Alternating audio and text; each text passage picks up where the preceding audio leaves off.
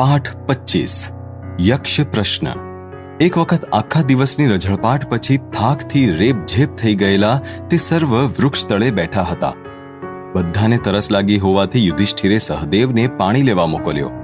ત્યાં તો એને કાને શબ્દો પડ્યા, થોભ, જળ સ્પર્શ કરતો નહીં. આ સરોવર મારી માલિકીનું છે.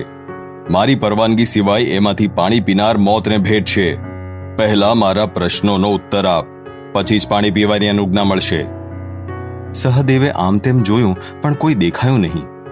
ફરી નીચે વળી પાણી પીવા ગયો તો ફરી એ જ શબ્દો સંભળાયા, થોડાક વધુ ગુસ્સામાં. એક મસ મોટો બગલો માનવીના અવાજમાં બોલતો હતો. એના પર દુર્લક્ષ્ય કરી સહદેવ પાણી લેવા નીચે વળ્યો ત્યાં જે મૃતાવસ્થામાં ઢળી પડ્યો. સહદેવ ઘણો વખત સુધી ન આવતા યુધિષ્ઠિરે નકુળને મોકલ્યો. બધાની દશા એ જ પ્રમાણે થઈ. જે જાય તે પાછું ન આવતું હોવાથી અંતે ચિંતિત થયેલા યુધિષ્ઠિર એમના પગલાને અનુસરતા સરોવર કાંઠે પહોંચ્યા.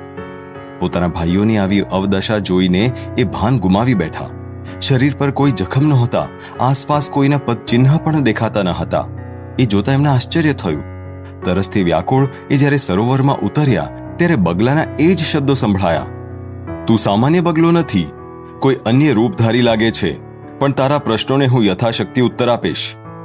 એમ યુધિષ્ઠિરે જણાવતા એ બગલાના સ્થાને એક યક્ષ પ્રકટ થયો. યુધિષ્ઠિરને એણે વ્યવહાર, તત્વજ્ઞાન, નીતિધર્મ વગેરે પર પ્રશ્નો પૂછ્યા. આમ સર્વના યુધિષ્ઠિરે સાચા ઉત્તર આપ્યા.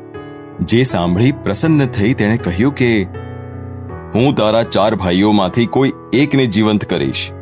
કોને કરું એ તું મને કહે. યુધિષ્ઠિરે નકુળને જીવંત કરવાનું કહેતા આશ્ચર્યમાં પડેલ યક્ષે યુધિષ્ઠિરને પૂછ્યું, અતુલ, પરાક્રમી ભીમ કે અપરાજિત અર્જુનને છોડીને તે નકુળની પસંદગી શા માટે કરી? મારા પિતાની 2 પત્નીઓ કુંતી અને માદ્રી.